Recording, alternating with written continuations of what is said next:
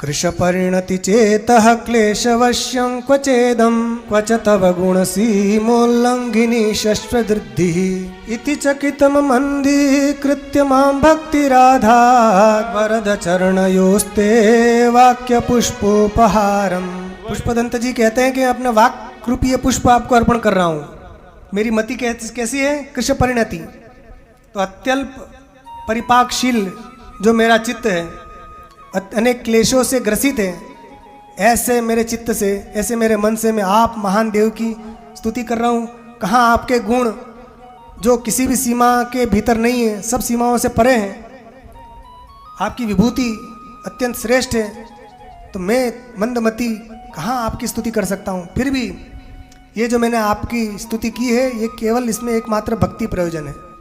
आपकी भक्ति के वशीभूत होकर ही मैंने ये स्तोत्र की रचना की है, और ये जो मेरा वाक् रूपी पुष्प है, ये आपके चरणों में मैं अर्पित करता हूँ। ये उन्होंने देखिए शुरू कहाँ से किया था? ममत्वेतां वाणीम गुण कथन पुण्येन भवतः पुनामी। मैं अपने मन और वाणी को पवित्र करने के लिए स्तोत्र प्रारंभ कर रहा हूँ, ऐसी प्रारंभ में प्रतिज्ञा की थी, और उपसंहार भी वही कर रहे हैं। जो अच्छे वक्ता होते हैं उनका लक्षण ये होता है, जहाँ से प्रारंभ करते हैं वहीं पर पूरा करते हैं, और जो अच्छे वक्ता नहीं होते वो शुरू कहाँ से करते हैं, ख़त्म कहाँ करते हैं, उन्हीं को खुद को पता नहीं रहता। और बीच में भी क्या क्या आता है वो भी अच्छे वक्ता के लक्षण है कि शुरू कहाँ से किया वहीं पूरा करे, बीच बीच में उसी बात को दोहराए, उसी को पुष्ट करने के लिए दृष्टांत भी दे। भजन भी हो तो उसी को पुष्ट करने के लिए हो। ये अच्छे वक्ता के लक्षण है। पुष्पदंत जी भी अच्छे कवि हैं, विद्वान हैं, तो उन्होंने भी शुरू किया और यहीं समाप्त कर रहे हैं। मैं क्योंकि पुष्प चोरी करने से उनको अपराध हुआ था, तो क्या आप ये पुष्प ही अर्पण कर रहे हैं? पुष्प आपको अर्पित करता हूँ मैं। ये इसमें एकमात्र कारण भक्ति है। उसके बाद कहते हैं आपके गुण कैसे हैं? स्तोत्र पूरा हो गया यहाँ श्लोक नंबर 31 में। 32 में वे कह रहे हैं कि आपकी महिमा का पार कोई नहीं पा सकता। अब एक उपमा दे रहे हैं, एक अपूर्व योजना वो बता रहे हैं। ऐसी बात यदि घटित हो तो भी आपकी महिमा नहीं गाई जा सकती, नहीं लिखी जा सकती। कैसी घटना? तो श्लोक नंबर 32 निकालिए।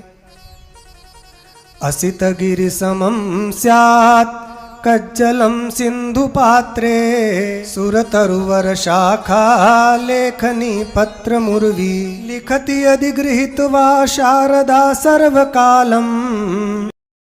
नीलवर का ऐसी स्याही हो, काले पर्वत जितनी स्याही हो, और दावत कौन सी? स्याही को रखने वाला पूरा समुद्र ही मानो स्याही को रखने वाला पात्र हो, और उस पात्र में लेखनी कौन सी? कल्प वृक्ष की जो श्रेष्ठ शाखा हो उसको लेखनी बनाया जाए, और सारी पृथ्वी को पत्र बनाया जाए।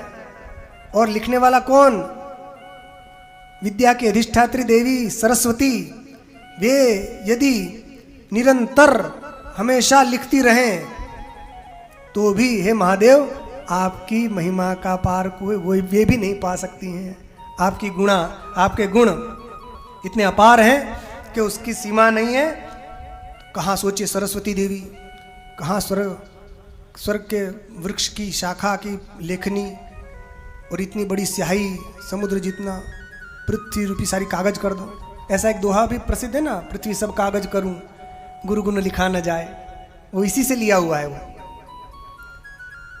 तो यहाँ पर भी ये भगवान शंकर की महिमा बताई गई कि आपकी महिमा अपरंपार है। मैंने केवल भक्ति के वशीभूत होकर कुछ महिमा का गान किया है।